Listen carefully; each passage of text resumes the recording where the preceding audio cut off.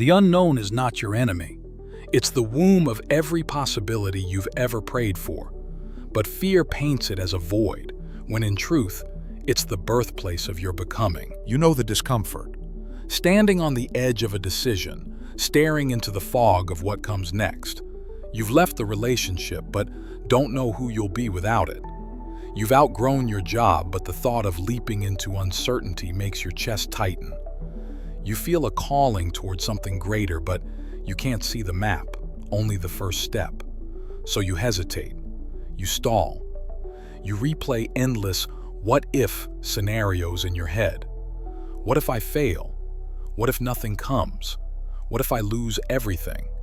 And in that hesitation, the unknown feels like a cliff. But what if it's not a cliff at all, but a bridge? The human mind is addicted to certainty. It's how our ancestors survived. Predict patterns, avoid risks, stay safe. But here's the paradox. What kept us safe in the past now keeps us small in the present. The same instinct that warns you of danger also blocks you from stepping into possibility. Psychologists call it the uncertainty bias. The brain would rather stick with a known disappointment than gamble on an unknown potential. Spiritually, though, the unknown is sacred.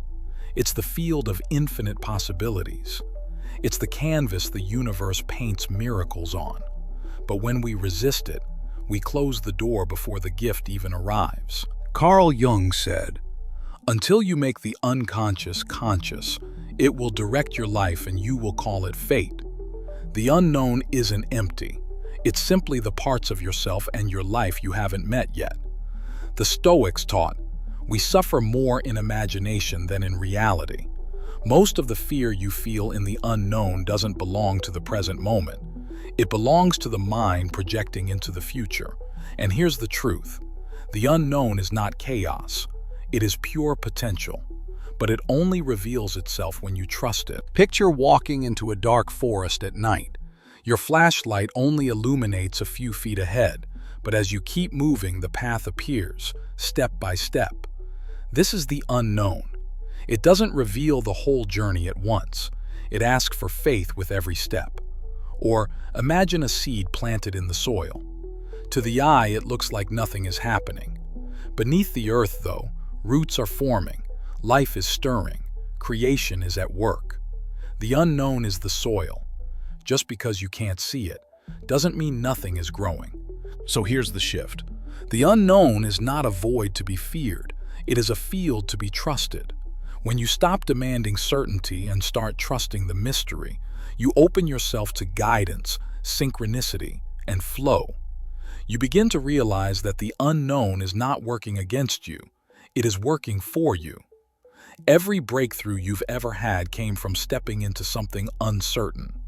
Every transformation began with not knowing how it would unfold. The unknown is not a threat. It's an invitation. So what happens when you begin to trust the unknown?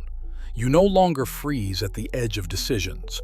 You leap, knowing the path will reveal itself. You find that life begins to feel like an adventure instead of a burden.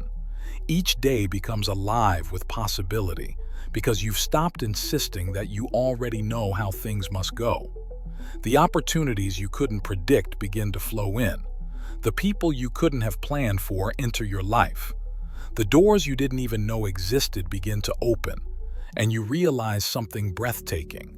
The unknown you feared was the very space your soul was waiting to bloom in. So I ask you this. What unknown are you standing before right now? What leap are you delaying, waiting for guarantees that will never come? Maybe today is the day you stop demanding certainty and instead choose trust, because the unknown isn't empty. It's everything you've ever asked for, waiting to take form. If this resonated, stay close, because in the next episode we'll explore resistance and flow, why life feels so heavy when you fight it, and how everything transforms when you move with it instead.